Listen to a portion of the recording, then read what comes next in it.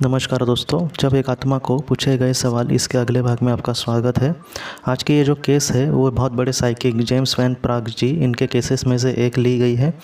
उनको एक बार एक लड़की मिलने आई थी दोस्तों, उसका नाम था सैंडी। वो ऐसे उनको मिलने आई थी, उसके मन में ऐसा कुछ नहीं था कि वो किसी आत्मा के साथ बात करना चाहती है। लेकिन जब वो उनको मिलने के लिए आई तब जेम्स वैन प्राग जी को उनके सामने मतलब उस लड़की के साथ कोई आत्मा ही ऐसा दिखा और उनको बाद में ये पता चला कि वो आत्मा उससे कुछ बातें कहना चाहती है। ये सारी चीज़ें बाद में जो सैंडी थी उसको कही जेम्स जी ने। तब सैंडी ने कहा हाँ हाँ बताओ बताओ करके। तब उस आत्मा ने अपना नाम बताया, आल्फ्रेड। आल्फ्रेड नाम ये सुनकर सैंडी को एकदम थोड़ा सा अच्छा नहीं लगा। उसने कहा कि मैं सच में इनसे बात नहीं करना चाहती। तो इस बात से जेम्स वैन प्राग जी को अच्छा नहीं लगा। उसने कहा कि नहीं, तुम मुझसे बात करो। आखिर आल्फ्रेड का नाम सुनकर उसके मन में क्यों इतना ये हुआ था। तब उसने ये कहा है कि आल्फ्रेड जो है वो उसके चाचा है, उसके पिताजी के भाई थे और इनके साथ उसका रिश्ता इतना अच्छा नहीं था और वो भी उसके साथ इतना अच्छा व्यवहार नहीं करते थे। सैंडी ने यह कहा कि जब वो छोटी थी तब वो उसके साथ दुर्व्यवहार भी करने की कोशिश करते थे और इस सारी चीज़ों के वजह से मतलब उसके मन में उनके लिए बहुत ही ज़्यादा गुस्सा था, बहुत ही मतलब कड़वाहट की जैसी भावना थी। और इस वजह से वो सच में मतलब होता है ना कि वो उनका मुंह भी नहीं देखना चाहती, इतना उसको गुस्सा आता था उनका। लेकिन अब वो इस दुनिया में नहीं थे, उनका एक एक्सीडेंट हुआ था और वो इस दुनिया से चले गए थे। बाद में आल्फ्रेड जी ने सबसे पहले जेम्स वैन प्राग जी को जो पॉकेट वॉच, पुराने ज़माने में जो पॉकेट वॉच होती थी वो पॉकेट वॉच दिखाई।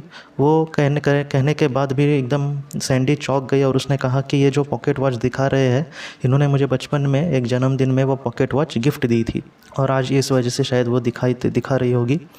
और बाद में सैंडी ने वही कहा कि इन्होंने मुझे सच में बहुत दुख दिया अपने लाइफ में और इस वजह से मेरे मन में इनको लेकर एक अच्छा नहीं लगता। और बाद में आल्फ्रेड जी ने कहा कि मैं सचमुच दिल से तुम्हें सॉरी कहता हूँ और मुझे आज भी मैंने जो भी किया था उसके लिए मुझे बहुत पश्चाताप हो रहा है यहाँ पर भी, और इस वजह से मैं दिल से तुम्हारी माफ़ी मांगता हूँ, तुम प्लीज़ मुझे माफ़ कर देना।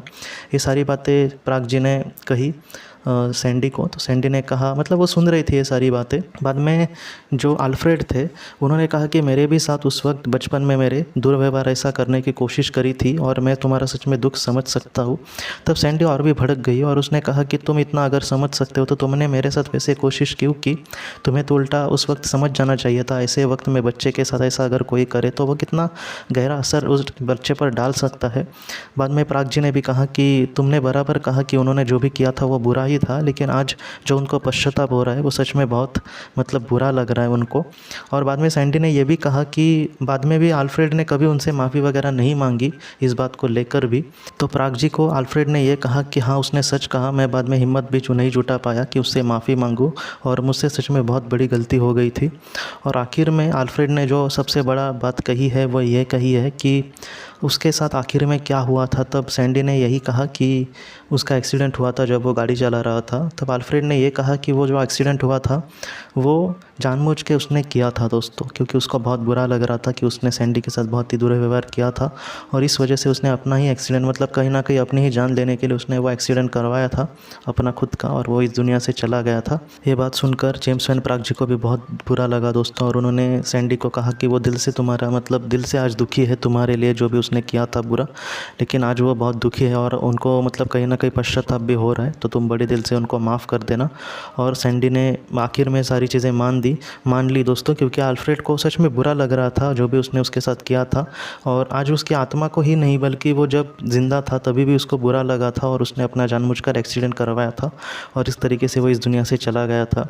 बाद में सैंडी ने उसको माफ़ कर दिया और ये सारी चीज़ें मतलब आखिर में भी आल्फ्रेड जी ने यही कहा है कि मुझे सच में माफ़ कर देना और मैं मतलब कहीं ना कहीं तुम्हारा कसूरवार हूँ, जो भी मैंने तुम्हारे साथ किया वो सच में बहुत बुरा था।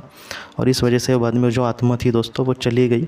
तो इस तरीके से जो आत्मा थी वो अनजाने में आई थी, उसको बुलाया नहीं गया था, लेकिन उसने कुछ महत्वपूर्ण उसको बातें कहनी थी अपने भतीजी से और इस वजह से वो आई थी। बहुत बार ऐसे केसेस होते हैं जहाँ पर इंसान के हाथों कुछ ऐसा गलत हो तो उसको बहुत बुरा लगता रहता है और इस वजह से वो इस तरीके से माफ़िया भी मांगती है। आज इसके सामने जेम्स वैन प्राग जी जैसे एक साइकिक का ज़रिया मिला, इस वजह से अच्छा हुआ। तो इस तरीके से जो कहानी है मैं यही समझता हूँ कि हम सबको यही सिखाते हैं कि हमारे हमारे जीवन में हमारे हाथों से ऐसा कोई भी काम ना हो जिससे हमें भी अपने लाइफ में कभी पश्चाताप करना पड़े या फिर हमारे आत्मा को कभी पश्चाताप करना पड़े। इसलिए बहुत सोच विचार करके हमें अपने जीवन में दोस्तों कर्म करने की हमेशा कोशिश करनी होगी। तो दोस्तों हम अपनी अगली वीडियो में किसी नए विषय को लेकर मिलते हैं। तब तक आप अपना अपने परिवार का ख्याल रखना।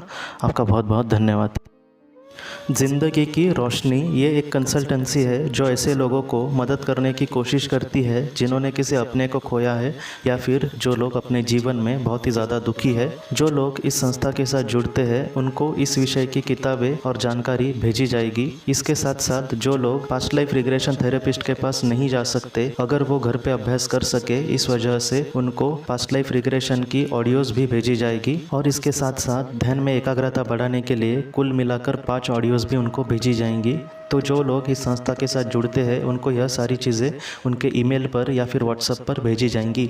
अगर आपको इस संस्था के साथ जुड़ना है तो कृपया इस नंबर पे व्हाट्सएप करें।